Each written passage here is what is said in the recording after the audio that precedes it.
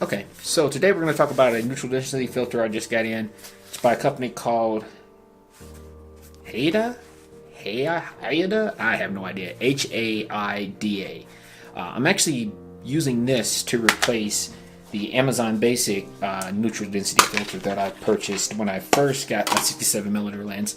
I've actually used these before. They're really cheap. Actually, this is not the Amazon Basics version. It is the K&F Concept, which is around the same price, you know, $20, $30 filter, nothing special. I was having a hard time really adjusting this filter on the fly, and that's one of the reasons why I kind of looked at getting something else. And mainly it's because the lip that you actually use to adjust the filter with, it's not really raised. So if you're trying to do it while you're actually trying to shoot, it's pretty difficult, to be honest with you.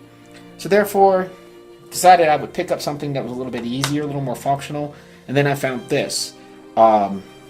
This filter, of course, you get a little X-banding. It's not as bad, but if you're not familiar with what that means, is if you start either going a little bit past the max on the min, depending on if you're trying to like block light or let light in, it gets this weird X pattern in the middle, which I'll probably be able to demonstrate for you shortly. As a matter of fact, let's do this. I'll try it right now. So I'll throw the filter on. I may not have enough light in this room to be able to even go past min and max, but if I do, then you'll see what I'm talking about. So right now, I've got the filter on, got to cinch it down. Okay, so there we go.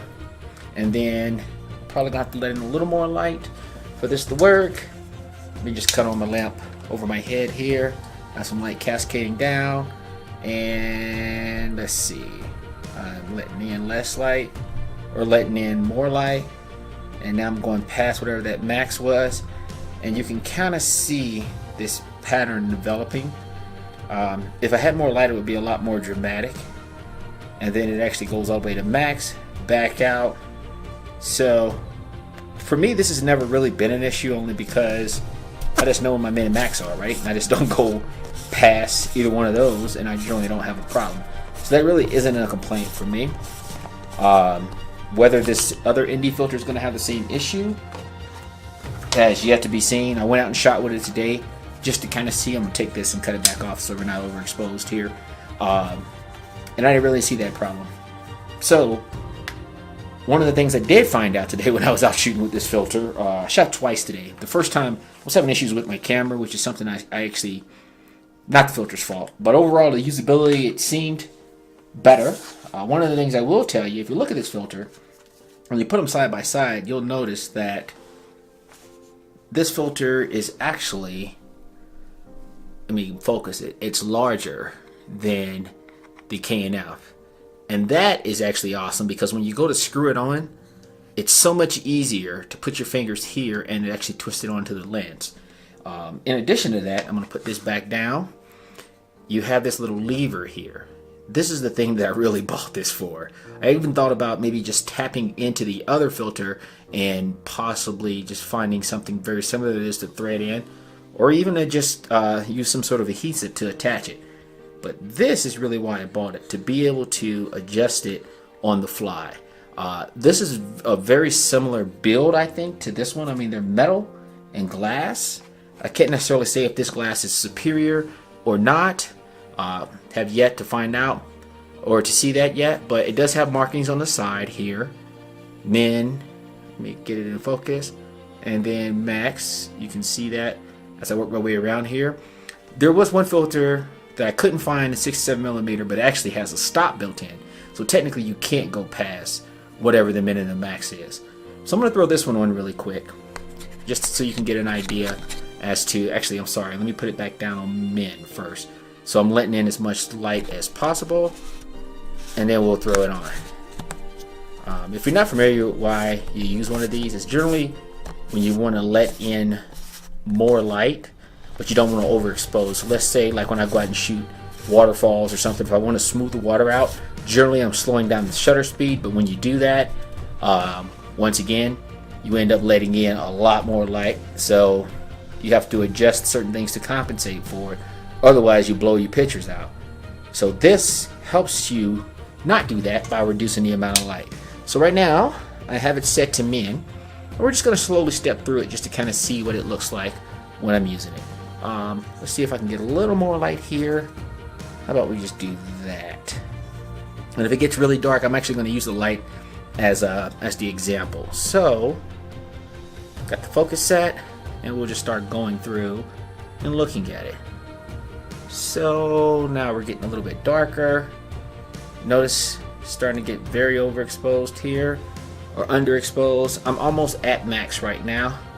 That's what it actually looks like, and I'm going to bring this light down. So this is a fluorescent bulb, and you can see it's pretty much not letting much of anything through.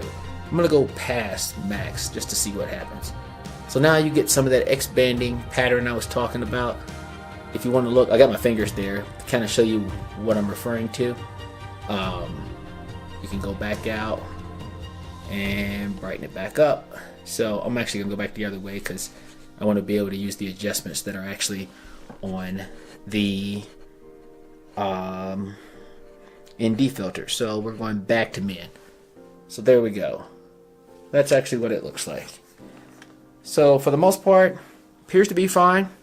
But so far, I mean, it appears to be okay. I will tell you it's smooth, but there's a certain point that, let me see if I can find it. Okay, so it's pretty smooth, but then what I notice is when you get close to the min and max, let me adjust this so you can see what I'm talking about. So it's pretty smooth and linear, and then when you get to about where the min is, it just feels a little strange, like it just almost like it jumps or hesitates or gets easier. I don't know, maybe that'll work itself out in time, shall see. So I'm gonna throw this filter on. Okay, this one is actually a little bit easier to put on, and I'll explain in a little bit.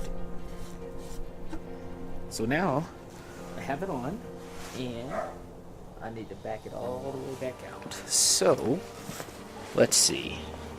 There's the hash mark. Alright, so bear with me. A lot easier to adjust with the lever. Okay, so now we're gonna go all the way to max. Okay, that's max right there. Now we're gonna move it back over to the same spot. Okay, and it's definitely letting in a lot less light from what I could tell from my viewfinder.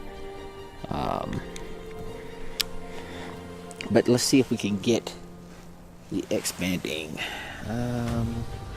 Okay, so now we're going past max and all the way back around.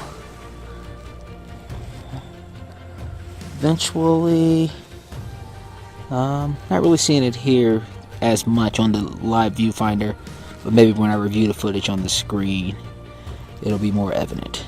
Okay, so jump back over here. All right.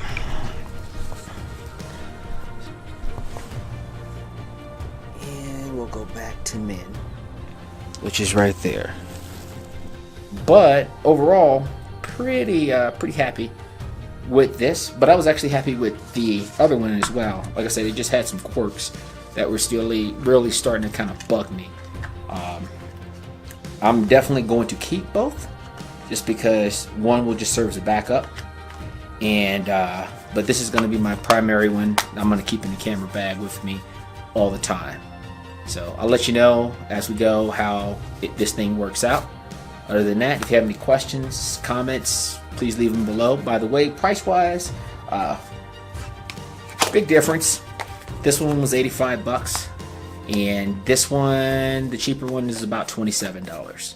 So, but I think just because of the usability of this one, it was definitely worth it, only because of some of the stuff that I was dealing with when I was trying to fiddle around with this darn thing.